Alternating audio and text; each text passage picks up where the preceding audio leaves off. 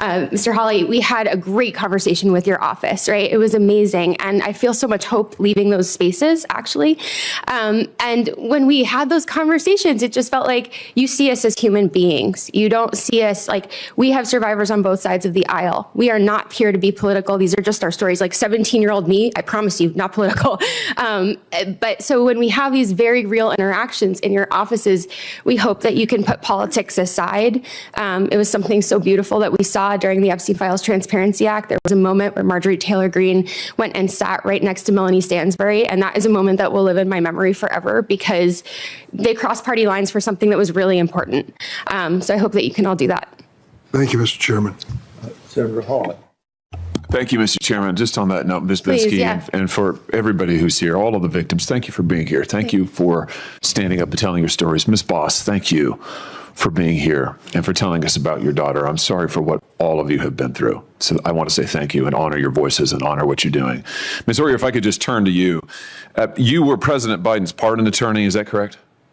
I was the Justice Department's pardon attorney. You made clemency recommendations to the White House whether or not to pardon inmates, is that correct?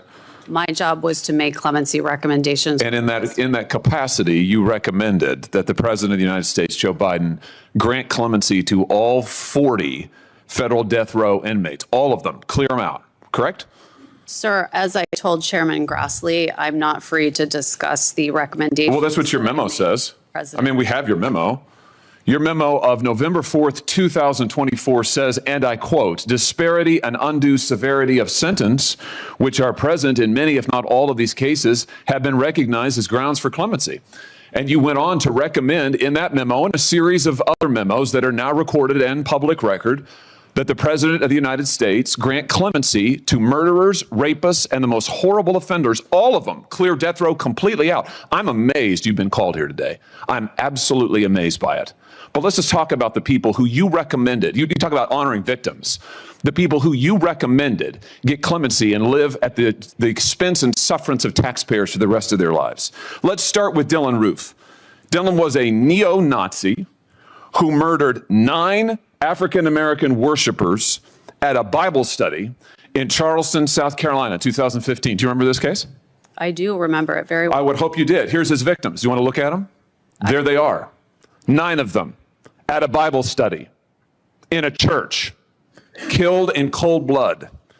The DOJ knew from day one that he had decided, I'm going to quote from the prosecutors, decided to attack African Americans because of their race. He further decided to attack African American worshipers in a black church in order to make his attack more notorious. More notorious. And yet you recommended that he be granted clemency, live at the expense of taxpayers for the rest of his life, substitute your judgment for that of the American judicial system. Do you stand by that recommendation today? Sir, I'm not going to comment on the recommendations that I made, but I can tell you that Mr. Roof is going to die in prison as... He's going to live in prison for a very long time because of you, because of your recommendations. And here's what you said in your memo of October 30th, 2024. You said that actually Roof is not a compelling candidate for clemency, but you recommended it anyway. Why? Because he suffered from anxiety, you said. Right? He suffered from anxiety. Did it ever occur to you that maybe the family of his victims might suffer a little bit of anxiety because he marched into their church and murdered them in cold blood because he was an incredible racist and he wanted to get on TV?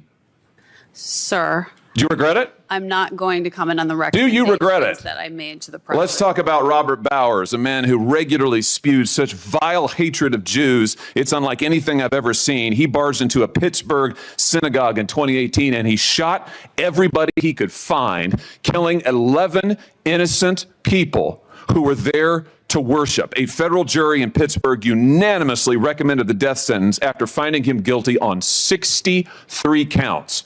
Here they are. They're his victims. Take a good look. You recommended clemency for this person who went in and killed these people just because they're Jews. The other guy killed people just because they're black. This guy killed people just because they're Jews. A jury recommended that he be sentenced to death, and you substituted your judgment for theirs, and now he's going to live. Are you proud of that? Sir, what I am proud of is the fact that I took my job as pardon attorney extremely seriously. Apparently not seriously enough. You certainly didn't take the victims seriously. Then there's Jorge Avila Torres, who wasn't just a murderer. He was a serial killer and a rapist. Sir, Here is who he assaulted and killed. He sexually assaulted and killed 8-year-old Laura Hobbs and 9-year-old Crystal Tobias in a Chicago suburb in 2005. And then 4 years after that, he committed another murder. He slaughtered a fellow service member, Navy Petty Officer Amanda Snell, in 2009 while she was in her barracks. That's what he did. And you recommended clemency for this individual, and now he'll live his life at the expense of taxpayers because you substituted your judgment for that of the American judicial system, jury, judges, the whole lot, and yet you're here to tell us that you're somehow a victim? I don't think so, Ms. Oyer. I think your judgment is astoundingly terrible. I'm amazed that this side of the aisle has called you, and I just ask my friends on this side of the aisle, do you agree with this? Is this what you want?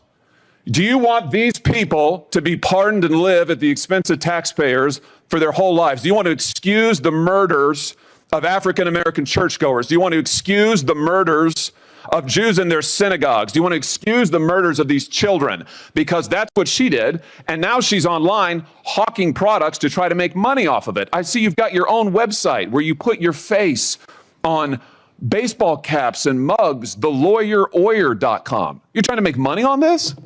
Sir, This is unbelievable, Ms. Oyer, and yet you say you're a victim? These are the victims. And you helped victimize them.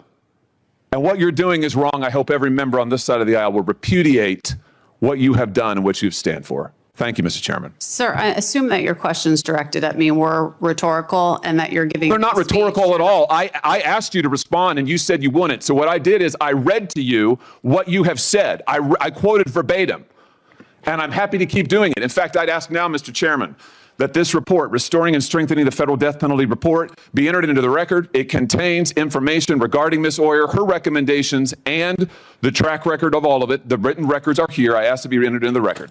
It'll be, Ms. Hoyer, take a minute to respond if you want to. Thank you, Chairman Grassley.